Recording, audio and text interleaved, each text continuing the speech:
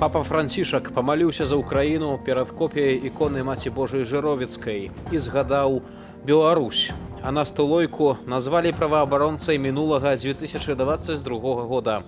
Нагадаю, што палітзняволеную утрымліваюць у Менскім СІЗА Новоодарскага, а раней яе на 8 гадзінаў выводзілі без вопраткі ў двары на Акрэсціна. Вітаю, шаноўнае гаспадарства, з вами Вітаўт Ціўчык, запрашаю на аб'ектыў. Новыя правілы атрымання літоўскай візы. У анкетах пытаюць, чый Крым. Так как Беларусь является воюющей стороной. Экспорт з Беларусі падае. Адмыслоўцы тлумачаць прычыны. Гэта па факце антыдзяржаўная палітыка, з-за якой былі ўведзеныя санкцыі супраць Беларусі. Дапамога ў барацьбе з агрэсарам. Украіна атрымае ад кааліцыі танкі «Леапард».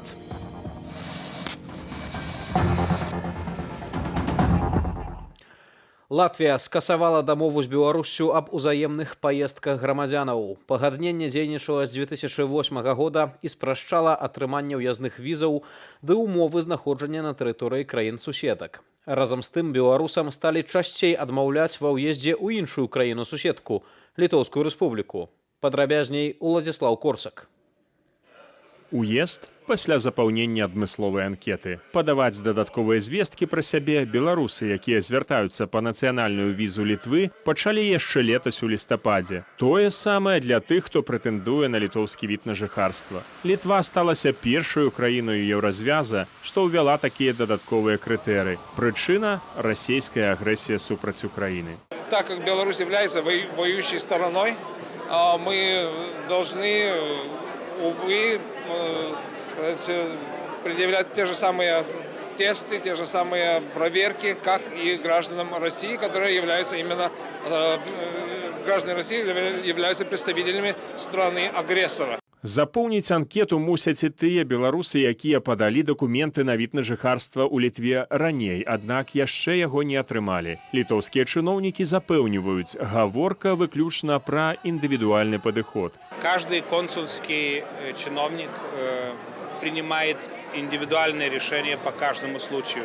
Обобщать тут не можно.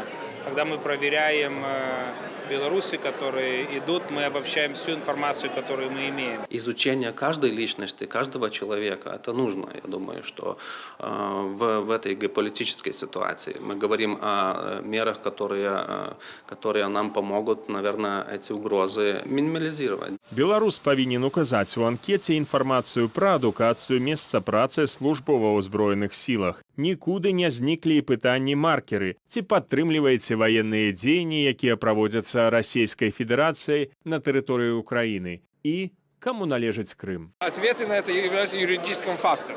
То есть люди, если они потом себя ведут в способе, который противоречит вот этой анкете, они могут быть выдворены со стороны, и на этого будет юридический повод. Каб удакладніць сітуацыю са станам міграцыйнай плыні беларусаў у Літву, мы звярнуліся ў дэпартамент міграцыі суседняй краіны. Поток не заканчивается.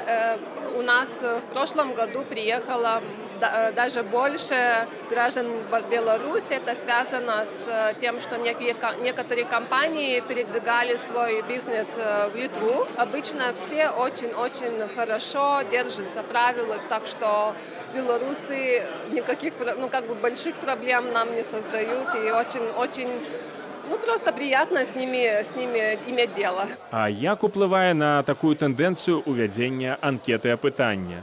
Из-за этой анкеты, может быть, там некие передумали или не могли приехать, но это совсем не влияет на общую тенденцию. Выглядае, што літоўскія дзяржаўныя службоўцы сапраўды разумеюць сітуацыю, у якой апынуліся беларусы, намагаюцца дыферэнцыяваць і імкнуцца дапамагчы. Вильнюс был городом свобода не только белорусских, но и других народов и останется. И мы всегда знали, что наш самый главный союзник Беларусь – это белорусский народ, который европейский и который не поддерживает войну в Украине. Тым не менш, еўрапейскім краінам-суседкам усё больш даводзіцца азірацца на геапалітычныя рэаліі і тую ролю, што ў іх пакуль адыгрывае Беларусь. Пра што сведчыць, напрыклад, сённяшняе скасаванне Латвіяй дамовы з Беларуссю аб узаемных паездках грамадзянаў. Уладзіслаў Корсак, Белсад. Брытанская выведка ацаніла пагрозу ў краіне з боку Беларусі. З 16 студзеня ў Беларусі пачнуцца чарговыя супольныя беларуска-расійскія вучэнні. З гэтай мэтай на беларускія вайсковыя аэрадромы прыбылі 12 верталётаў. У брытанскай выведцы мяркуюць, што расійскія вайскоўцы і тэхніка пераважна бяруць удзел у манеўрах і наўрад ці будуць выкарыстаныя ў якасці рэальнай наступальнай сілы. Беларусь нарасціла сілы супрацьпаветранай абароны, рэгіянальнай вайсковай групоўкі, зенітныя ракетныя аддзелы, цытата, вырушылі ў прызначаныя раёны і заступілі на баявое дзяжурства. Міністэрства абароны падкантрольнае Лукашэнку раней сцвярджала, што мэта ўзмацнення групоўкі – умацаванне абароназдольнасці гэтак званай саюзнай дзяржавы і што такія мерапрыемствы, цытата, не скіраваныя супраць трэціх краінаў. Адмыслоўцы Міністэрства абароны Вялікай Брытаніі ўпэўненыя, што новае разгортванне расійскіх самалётаў у Беларусі хутчэй за ўсё насамрэч вучэнні, а не рыхтаванне да чарговага наступу на Ўкраіну. У Пентагоне ў гэтым таксама перакананыя. Тым часам стала вядома, што ўвечары з 7 студзеня са станцыі Лясная Баранавіцкага раёну ў Расею адправіўся эшалон з вайсковай тэхнікай і жаўнерамі. Учора гэты цягнік прыбыў на станцыю Падгорная, што ў Воронежскай вобласці Расеі, адтуль менш як 100 кіламетраў да Луганскай вобласці Украіны. Александр Лукашенко зноў амаль узначаліў рэйтынг. Гэтым разам рэйтынг недаверу сярод украінцаў. Даследаванне ў канцы снежня было прысвечанае таму, як жыхары Украіны ацэньваюць працэс руху дзяржавы ў еўразвяз. Рэспандэнтаў таксама пыталіся пра іхнае стаўленне да гіпатэтычных мірных перамоваў з Расеяй, пра давер да міжнародных арганізацыяў і замежных палітыкаў. Яшчэ некалькі гадоў таму украінцы вельмі пазітыўна ставіліся да Лукашэнкі, але ўсё змяніў 2022. Гэтак цяпер апошні дыктатар Еўропы другі год запар займае другое месца ў спісе тых, каму украінцы не давяраюць. На першым месцы ў антырэйтынгу прадказальна Уладзімір Пуцін. Недавер расійскаму дыктатару выказалі 97% апытаных, а беларускаму крыху больш за 94%. Акрамя таго, украінцы не давяраюць кіраўніку Кітаю Сі Цзіньпіну, прэм'ер-міністру Венгрыі Віктару Орбану, прэзідэнту Францыі Эммануэлю Макрону і прэзідэнту Турцыі Рэджэпу Таіпу Эрдогану. Эканоміка Беларусі жорстка пакутуе праз палітыку ўраду. Кола гандлёвых партнёраў рэзка звужаецца да адной дзяржавы – Расеі. Падрабязней Аліна Скарбунова. Амаль на 7% за 11 месяцаў мінулага года знізіўся аб'ём замежнага гандлю таварамі, паведамляе Белстат. Пры гэтым экспарт упаў амаль на 5%, а імпарт амаль на 9% у параўнанні з аналагічным перыядам мінулага года. Зразумела, што з'яўляецца асноўнай прычынай негатыўных трендаў у знешнім гандлі. Гэта па факце антыдзяржаўная палітыка, з-за якой былі ўведзеныя санкцыі супраць Беларусі, і краіна страціла значныя рынкі з цвёрдай валютай.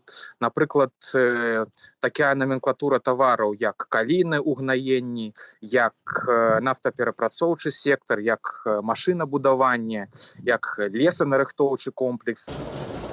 Вышэй названыя галіны не здолелі аднавіць ранейшых аб'ёмаў экспарту ў грашовым вымярэнні, нават улічваючы павелічэнне паставак у Расею ды іншыя краіны СНД. Другою прычыною падзення экспарту эканаміст называе валютны чыннік, бо асноўным экспартным рынкам для нас стала ўсё тая ж Расея са сваім рублём, у той час як беларускі экспарт вылічваецца ў амерыканскіх доларах. Паводле Віталія Алейніка, ўрад робіць вялікую памылку, калі канцэнтруе гандлёвую плынь толькі на адной краіне.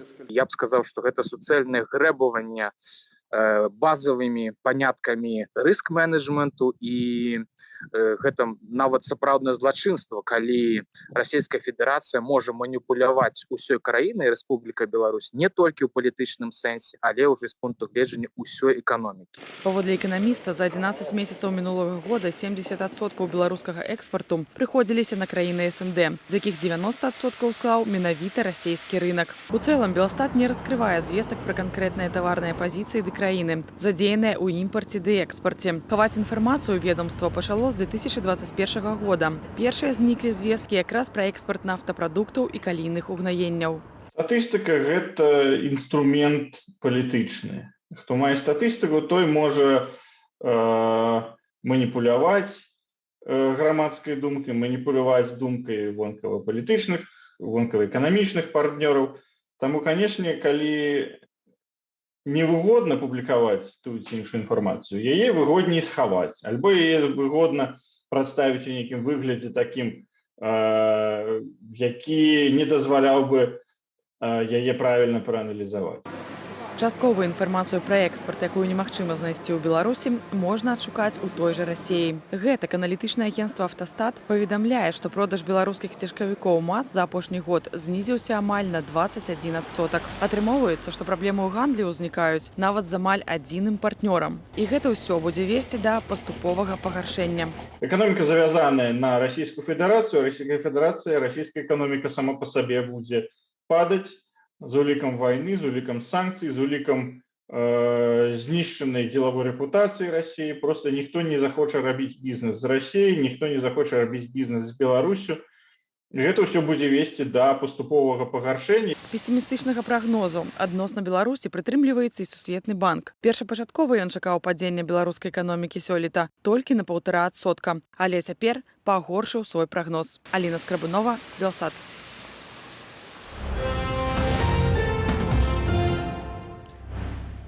У краінах Еўразвязу пільна сочаць за сітуацыяй у Беларусі. І санкцыі супраць рэжыму Лукашэнкі – гэта толькі адзін з інструментаў, якімі Еўразвяз спрабуе рэагаваць на шматлікія парушэнні правоў чалавека і дэмакратычных прынцыпаў у нашай краіне. Пра гэта афіцыйны прадстаўнік Еўразвязу у замежнапалітычнай дзейнасці распавёў Белсату ў эксклюзіўным каментары. Мы трымаем пад увагаю пераслед Алеся Бяляцкага і ўсіх іншых палітычных вязняў. Больш чым 1400 асобаў цяпер праходзяць праз суды або ўжо атрымалі турэмныя тэрміны, выключна паводле палітычных матываў. Гэта непрымальна. Натуральна, мы працягнем рэагаваць на ўсё гэта, у тым ліку санкцыямі. Гэта не публічны працэс. Я не маю права абмяркоўваць якіх-кольвек імаверных захадаў. Але, напрыклад, прэзідэнтка Еўрапейскай камісіі Урсуля фон дер Ляйен анансавала нашу працу над новымі санкцыямі супраць рэжыму ў Беларусі. Большасць абмежаванняў выкліканыя калабарацыяй з расійскім агрэсарам у незаконнай вайне супраць Украіны. Прынятыя ўжо 6 пакетаў санкцыяў. Яны датычаць больш чым 30 прадпрыемстваў, звязаных з рэжымам. У санкцыйных спісах больш за 190 асобаў, у тым ліку сам Лукашенка. І калі будзе такая патрэба, мы працягнем санкцыйную палітыку ў дачыненні тых, хто непасрэдна удзельнічае або падтрымлівае катэгарычна недаравальныя ўнутраныя рэпрэсіі супраць правоў чалавека ў Беларусі. Тым часам на ўсходзе ўкраіны трываюць жорсткія баі. Раніцай у медыях з'явілася інфармацыя, што вагнераўцы нібыта ўзялі горад Салядар недалёка ад Бахмуту. Гэта фейк, заяўляе украінскае камандаванне. Якая сітуацыя складваецца на гэтай дзялянцы фронту і што стане з украінскай абаронай у выпадку, калі Салядар і Бахмут захопяць, разбіраўся Валянцін Васіленка. Салядар аточаны вагнераўцамі, яго абаронцы трапілі ў кацёл, заявіў кіраўнік вайсковай кампаніі Евгений Прыгожин. Ён нібыта асабіста камандуе на месцы баёў і фатаграфуецца ў саляных пячорах у ваколіцах гораду. Украінскі бок на віну пра захоп Салядару вагнераўцамі зняпраўджвае. Там ідуць баі. Збройныя сілы Украіны і іншыя сілы абароны займаюць пазіцыі ў самім Салядары. І ў нас ёсць магчымасць дастаўляць туды боепрыпасы і іншыя неабходныя рэчы. 10:01 ранку. Ситуація з вечора для не покращилася. Всі рубежі збережені і під надійним контролем ЗСУ. Не пацвердзіла захопу Салядару і Міністэрства абароны Расіі. Паводле украінскага камандавання, гэта так званая інфармацыйная аперацыя. Імаверна, расійскаму боку важна заявіць хаця б пра лакальныя перамогі. У ідэале пра выхад на адміністрацыйныя межы Донецкай і Луганскай вобласцяў, распавёў вайсковы эксперт Уладзіслаў Селязнёў. Очевидно, что для путинской пропаганды крайне важно продемонстрировать российскому сообществу то, что они хотя бы какие-то территориальные приобретения получили после проведения полномасштабной мобилизации. 300 тысяч мобиков в российскую армию пришли, территориальных приобретений нет. Они еще и из Херсона были вынуждены бежать. Штурмы Салідару і Бахмуту вагнераўцамі адбываюцца на фоне прызначэння новага камандуючага генштабам сухаземных войскаў Расіі. Ім стаўся генерал Лапін. Раней ён камандаваў сіламі, што ваююць супраць Украіны, але быў зняты з пасады пасля крытыкі з боку Кадырова і таго ж Прыгожына. Новае прызначэнне Лапіна можа сведчыць, што правадыр вагнераўцаў губляе прыхільнасць Крамля, бо прыгожынскія баевікі не показалі чаканых вынікаў, адзначае наш эксперт. Именно с этим я могу обосновать, что он просто истерически бьется насчет Бахмута, что показывает себя, что лично принимает участие в атаках, фотографируется в этих шахтах, которые до сих пор не верифицированы в Солидаре. Есть такие сомнения, что это все лажа и не там. Нават калі вагнераўцам удасся ўзяць Салідар і Бахмут, гэта не будзе азначаць, што ўся украінская абарона пасыплецца, кажа Іван Ступак. Да, будут проблемы, но такой катастрофы не будет. То есть это как Лисичанск. Когда россияне его брали, они уложили туда несметное количество войск, сил, усилий. По факту, окей, мы отодвинулись назад на следующую линию обороны. Паводле украінскага боку апошнім часам баявыя страты Расіі 500-700 асобаў за сотні. Іван Ступак мяркуе, што расійскае камандаванне і надалей будзе рабіць стаўку на масаваныя атакі жывою сілаю, бо на выпуск патрэбнай колькасці ракетаў і сучасных танкаў Расія папросту не мае рэсурсаў.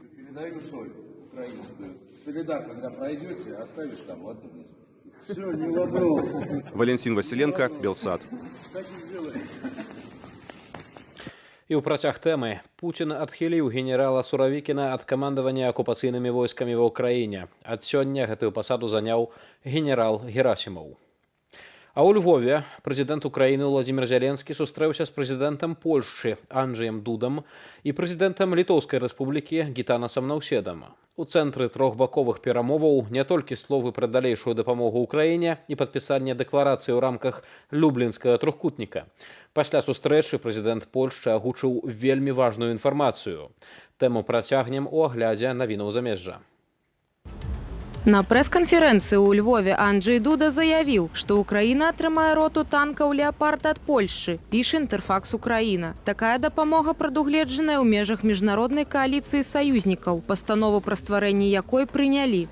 У 21 стагоддзі еўрапейская дзяржава Украіна паўстала перад жорсткім нападам, мэта якога пазбавіць людзей волі. Гэту агрэсію неабходна спыніць. І гэта адзін з найвялікшых выклікаў, перад якім стаіць увесь сучасны свет. Таму НАТО і ўсе краіны мусяць падтрымліваць Украіну, у тым ліку у выглядзе сучаснай вайсковай тэхнікі. Владзімір Зеленскі ў сваю чаргу падзякаваў сваім калегам з Польшчы ды Літвы за дапамогу украінскаму народу і салідарнасць. Французы мусяць працаваць на 2 гады даўжэй. Прэм'ер-міністрка краіны Элізабет Борн прэзентавала адпаведны праект пенсійнай рэформы. Паводле дакументу, да 2030 года выходзіць на пенсію французы будуць у 64 гады, а не ў 62, як цяпер. У пачатку лютага рэформу плануюць абмеркаваць у парламенце. Супраць новаўвядзення ўжо выступае большасць грамадзянаў Францыі, а прафсаюзы краіны называюць гэтую рэформу жорсткаю. Для мяне гэта ўсё яшчэ не. Для канфедэрацыі гэта ўсё яшчэ не. Для ўсіх прафсаюзаў у Францыі гэта не. 64 гады гэта не. Чаму? Бо гэтая рэформа, якая называецца пенсійную, насамрэч больш падобная да рэформы дзяржаўных фінансаў. Гэта больш падобна да рэформы збалансаванасці бюджэту, калі цяжар кладзецца на работнікаў. Прэзідэнт Францыі Эмануэль Макрон намагаўся правесці падобную пенсійную рэформу яшчэ ў 2020 годзе, але праз пандэмію каронавіруса вымушаны быў адмовіцца ад сваіх планаў. У кітайскіх аэрапортах чэргі. Улады КНР пачалі знімаць антыковідныя абмежаванні на міжнародныя пасажырскія авіярэйсы. Цягам студзеня і ў пачатку лютага, паводле ацэнак Міністэрства транспарту краіны, грамадзяне здзейсняць больш за 2 мільярды паездак. Актыўная міграцыя звязаная са святкаваннем Новага году, які, паводле месяцавага календара, наступіць 22 студзеня. Некаторыя краіны ўвялі абмежаванні на колькасць кітайскіх рэйсаў і патрабаванні да кітайскіх падарожнікаў. Сусветная арганізацыя здароўя і міжнародныя эксперты мяркуюць, што патагеннасць штамаў новага каранавіруса, якія мутавалі, аслабла. Таму мы павінны працаваць разам, каб супольна спрыяць міжнароднаму абмену і аднаўленню авіяцыйнай прамысловасці. Мы моцна перакананыя, што людзі і ў іншых краінах будуць радыя кітайскім турыстам. Чакаюць у Кітаі і замежных турыстаў. Цяпер ім дастаткова за 48 гадзінаў да прыбыцця атрымаць адмоўны ПЛР-тэст на каронавірус. Пры гэтым эпідэмічная сітуацыя ў КНР застаецца цяжкаю. На дапамогу медыкам прыйшлі студэнты-валанцёры, асабліва ў сельскай мясцовасці. Але шпіталі ў буйных гарадах краіны перапоўненыя. Чэргі назіраюцца каля пахавальных бюро ў Пекіне, Чэнду і Наньцзіне. Паводле некаторых ацэнак, колькасць захварэлых на ковід у Кітаі ў студзені можа перавысіць больш за 3 мільёны чалавек за дзень. Рэальныя лічбы невядомыя, бо летась у снежні ўлады КНР спынілі публікацыю афіцыяльнай статыстыкі. Канстантынас II, апошні кароль Грэцыі, пайшоў жыцця ў шпіталі ў Афінах. Ён меў тытул алімпійскага чэмпіёна ў ветразевым спорце і быў манархам амаль 10 гадоў, пачынаючы з 1964. Але значную частку жыцця вымушаны быў жыць за мяжою. Кароль з'ехаў праз 3 гады кіравання пасля няўдалай спробы выступіць супраць чорных палкоўнікаў, якія прыйшлі да ўлады праз вайсковы пераварот. Не прыняўшы вынікаў рэферэндумаў аб скасаванні манархіі ў Грэцыі, Канстантынас доўга жыў у Лондоне. Ад пасаду ён так і не адрокся. На радзіму апошні кароль Грэцыі здолеў вярнуцца толькі пад канец свайго жыцця. Ірына Юр'ева, Белсат. І яшчэ некалькі словаў пра заходнюю вайсковую дапамогу. Услед за Польшчай Вялікая Брытанія ўпершыню пацвердзіла, што Лондан плануе паставіць у краіне танкі «Челленджер-2», асноўны танк брытанскай арміі. А ў Пентагоне заявілі, што ў бліжэйшыя тыдні ЗША перададуць Украіне БМП «Брэдлі». У Злучаных Штатах тым часам адбылася цырымонія ўручэння прэміі Галівудскай асацыяцыі замежнай прэсы «Залаты глобус». На гэтую падзею варта звярнуць увагу не толькі таму, што сёлета яна юбілейная, адбывалася ў 80-й раз, але ў складзе журы была беларуска. Марына Яновіч падрабязней. And the Golden Globe goes to... Бляск сафітаў, напружанае чаканне, інтрыга і хваляванне намінантаў. Усё гэта цырымонія ўручэння прэміі Галівудскай асацыяцыі замежнай прэсы «Залаты глобус». Wow!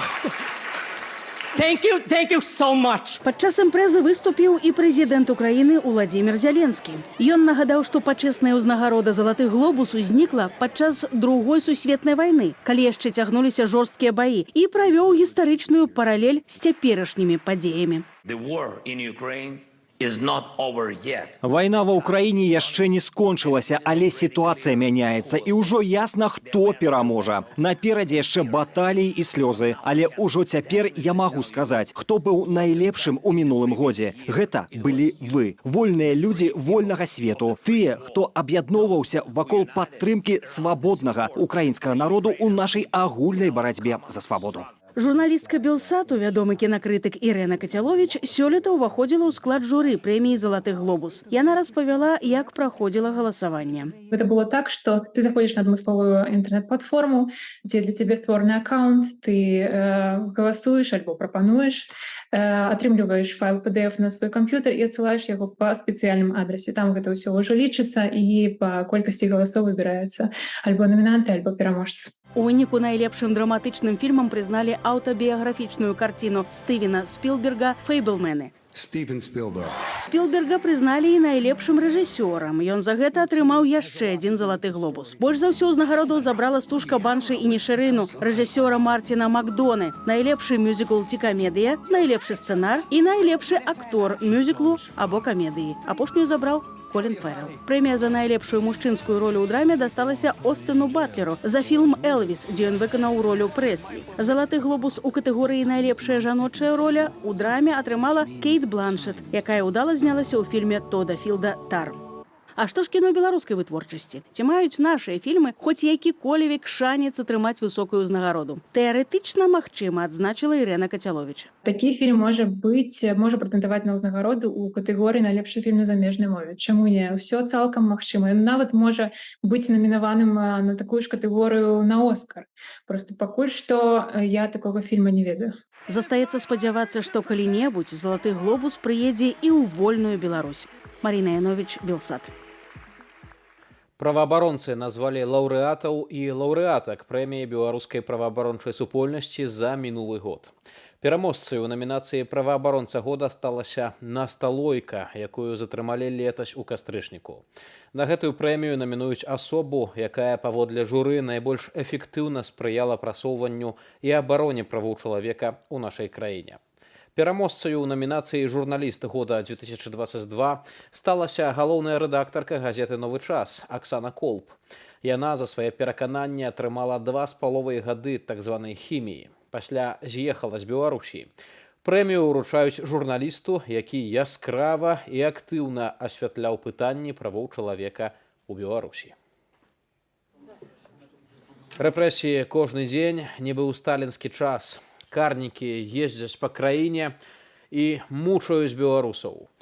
Колькі гэта яшчэ будзе працягвацца і ці ёсць шансы, што рэпрэсіі скончацца, ці неабходная для гэтага смерць узурпатара Лукашэнкі? Абмяркуем з экспертамі ў студыі Белсат. Застаемся разам.